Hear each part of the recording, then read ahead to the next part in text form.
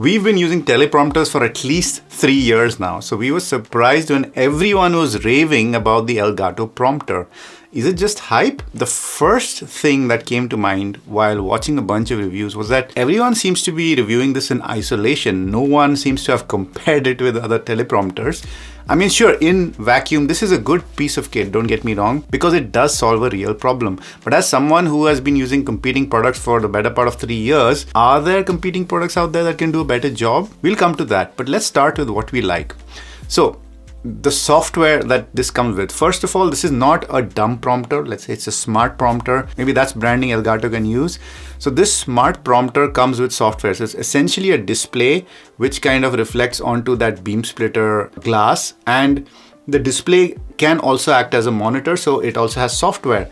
The software is called Elgato Camera Hub, and it has an inbuilt prompter. You can copy and paste text there, and the software, we really like it. The fact that you can add your scripts there, you can change the text, the size, etc. It's really nice. We also like that although this is not really a small prompter, it is pretty light, so it doesn't weigh down your camera much. It works with wide angle lenses, also phones, and Elgato face cam. So there's a lot of compatibility there. It's quick to set up. There's one cable, plug and play. No, stuffing your phone under a glass, etc. using one hand and using the other hand to adjust the prompter. So that's good, and it can act as an extra display. So if you keep it next to your main monitor, it could be a second monitor which is on all the time. And the good thing is if you're on a Teams call, you could be basically looking at your call, but also looking people in the eye at the same time.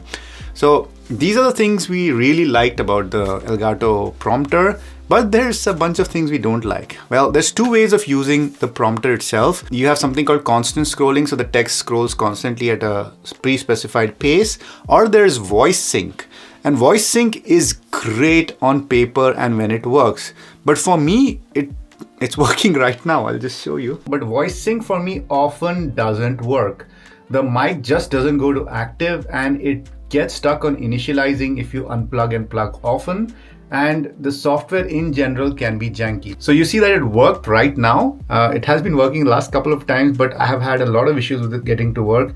The thing that says active here on top, it just doesn't go to active many times. So if voicing works, this is fantastic because this is not something many other prompters can do. But the software can be a bit janky, like we said, especially if you unplug and plug often and don't turn it off. It kind of gets a bit confused sometimes.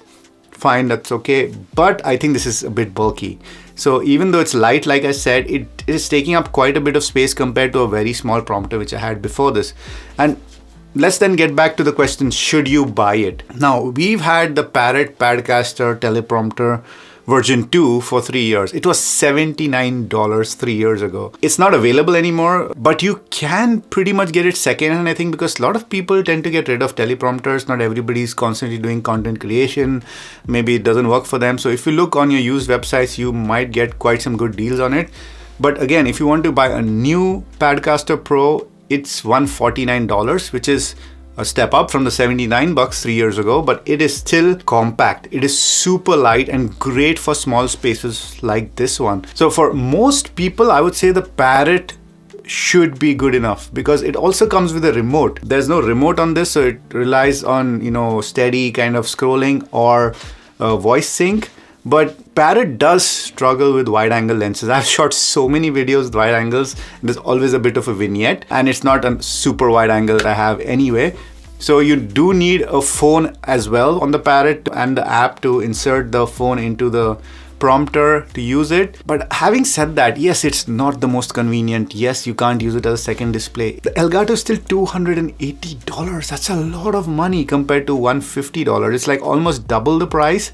For that price, you can get 2 teleprompters. Of course, there are a bunch of extra features, so you need to decide what works for you. For now, I'm keeping both of them. Relax, have a cup of chai. Bye.